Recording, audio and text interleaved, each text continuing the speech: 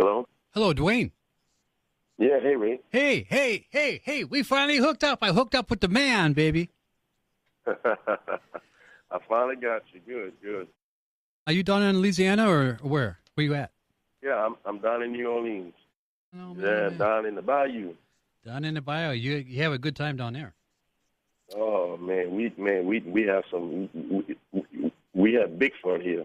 We getting set for some Dopsie mania up here in Duluth, Minnesota at the 26th annual Bayfront Blues Festival, Dwayne. Oh yeah, it's coming. I'm a socket to him. And you are a high energy dude in the first place. Yeah. I got like a little bit of energy. You know, I probably got enough energy to give to Red Bull. Listen, let me ask you a question. Are you still in the studio now? Are you recording that one that's a tribute to your daddy? Yeah, I'm actually still working on that one. That one should be coming out in about like 5 to 6 months because I just got through finishing up my CD to come out, so I'm gonna start working on that one next. I had an opportunity to listen to several of your albums that you have out. I got the Be Good to You album and the Traveling Man and, of course, Up in Flames. And the cool thing that I liked about it, Dwayne, if I may, is that there is something there for everybody because you have a kind of a combination of some soul and rock and some funk, and you put it all together and it comes out fantastic. Yeah. Well, you know, I grew up in this style of music, you know, ever since I was a kid, and you know, growing up and listening to how my father used to, you know, play his music, you know, was, you know, what fascinated me because even though it was done with an accordion, you know, it was blues, you know, and you know, and I love old blues and, you know, old rock and roll and, you know, I mean, just old soul music, you know, and a lot of times they would incorporate that into their music, you know, and I mean, people would love it. So I'm doing it basically like the same thing, you know, but I'm just doing it with a little bit more energy. You're talking about your father, the late Rockin' Dopsie Sr. Yes, sir. Now, he's the one that taught you, as I understand it, you didn't start out in accordion. You started out in another instrument, didn't you? On the washboard, yeah. When I was 4. And then you switched to Daddy help you along with the accordion, right? Yeah, you know, I started trying to figure out the accordion when I was 7. I started messing with it, and you know, it took me a little while to figure it out, but you know, for a long time, I only could have learned just 2 songs because you know, my skills and my technique wasn't nowhere there yet. So you know, I was a very shy kid, you know, and so my father would sometimes let me. He'd bring me to festivals and take his accordion off and let me play, and you know, I was very shy. So and my brothers would tease me. And, oh man, you know, you only know 2 songs. You gotta, you know. So that was my motivation, you know. But yeah, I would try, but you know, but after he passed away, you know, that really ignited like the fire, and you know, now I don't get teased from anybody now. You know, Dwayne Dopsie in the Zydeco Hellraisers with us here at KOOL 101.7. By the way, you started when you were 19 with the group. Am I right? And you formed your group when you were only 19 years old. Yeah. I just made 19. I was flirting with 19. I was like maybe like 2 months from turning 19, and what had happened is I just got the band together, and then there was a lady that worked for Tatiana Accordions that had entered me into 2 different battle of the bands, you know, and we were able to win both of them. And so she sent me, she called me on the phone, you know, and told me that they was having an accordion contest, the first ever accordion contest held in America. Mm-hmm. And you know, so I said, okay, cool. But, you know, but the object was to find an accordion player that would, you know, appeal to MTV and, you know, like to that kind of crowd, like to the younger generation. Sure. And so, you know, we had to send her a video. So I sent a video of me and my band playing, and, you know, I was able to be one of the 5 finalists. And when I won that accordion contest, that's what really jump-started my career, because nobody had knew of me. Mm-hmm. Mm-hmm. You know, but then that let me be able to go ahead and do late-night TV shows, Good Morning America, you know, Fox and Friends, David Letterman, the Travel Channel, you know, and so my name started to become more out there. So that's what really put me on the map. That was my big break. And now you're known all over the world.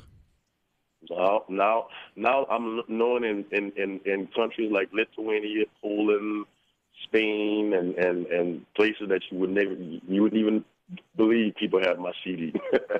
Well, the type of music you play, though, Dwayne, is that it gets down into you inside, and it makes everybody happy, and they start to moving around and shaking around. They get a big old smile on their face. It's happy music, and that's a universal language, you know. Oh, it is. It is. You know, I mean, you know, the music is the thing that you could go in any country, any state, any place, you know, and if it's happy music, you know, you don't have to speak. Yeah, exactly. I agree with you. Did you have a tough time, Dwayne? Did you have a tough time putting your band together when you started? When you was only 19, did you have a tough time getting great musicians at the time? You know, honestly, I really didn't, because you know, I knew a lot of guys that was in music, and you know, a lot of guys that gave me a lot of, you know, inspiration to go ahead, and they kept giving me like aspiration, like saying, man, you know, you really should get your own band, you know, man, you should get you know. So when I finally decided to do it, those same guys, they all wanted to play with me. Of the albums that I got, Dwayne, I have only 3 of them, and there's Be Good to You and Traveling Man, or Been Good to You and Traveling Man, and Up in Flames. Do you have a favorite song from any one of those 3? Well, is one song that has really become like a crossover song for me is Where'd My Baby Go? Oh, I love that song. Yeah. I mean, I've done a lot of, you know, it's been on the MP3 Zydeco charts as a number 1 hit. Yep. It was a hit in the Bahamas when I went for over a month, you know, on the radio there. They took my song as like a background track for the KOOL sitcom when it was on CBS, you know, like a few years ago. So, you know, I've had a lot of success with that song, and yeah, I would say that's one of my favorite songs. Yeah, it's a good song, great lyrics, great beat, great lead guitar. You got the whole thing on that song. Oh yeah. I liked you. On the Be Good to You, or the Been Good to You album, You Pretty Girl too, and Come On Down to New Orleans. They're good songs as well. They're some of my favorites. Yeah. Oh yeah. I mean, people love Come On Down to New Orleans because it makes them feel like they're back in New Orleans. Like, you know, they got the umbrellas, they got the beignets in their hand, man. They ready to go. I Wish You Was Mine, My Louisiana Baby, Zydeco 2-Step, My Name is Hurricane. What album am I talking about there, Dwayne?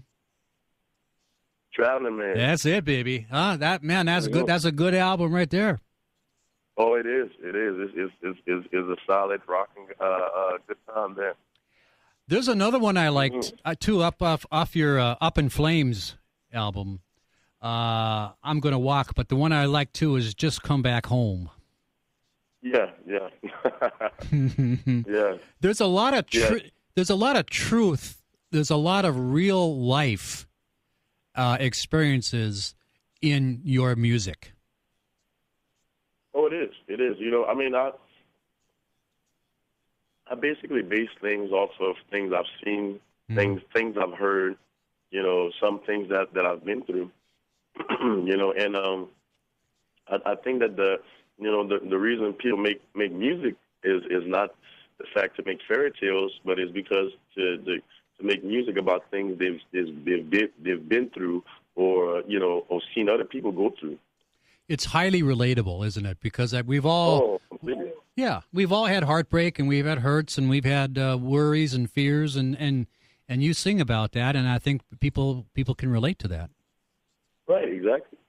Yeah, you know, what I mean, that's why country music is so popular. You know, like the whole country would sing. You know, people would say, "Oh, he's singing about he lost his wife," but that's what life is like sometimes. You know, I mean, even these guys that sing songs about the dog ran away from home, but that's what life is. Sometimes the dog leaves. Dwayne Dopsie and the Zydeco Hellraisers are going to be on stage coming up on Sunday, August 10th, about 4 o'clock here at the 26th Annual Bayfront Blues Festival. Dwayne, I know how swamped you are. I'm so happy that we're able to share a couple of minutes with my listening audience, and I'm looking forward to meeting you at Bayfront Blues Fest. Yeah, man. Hey, I'm looking forward to getting up there, and Minnesota is one of my favorite states, man. I love the people there. The atmosphere is great. And they're gonna be loving your group, and we all gonna come down with a bad dose of Dopsie mania, baby. That's it, man. You're gonna feel it. Thanks a million, Dwayne. Thank you, brother. Bye-bye. All right, bye-bye.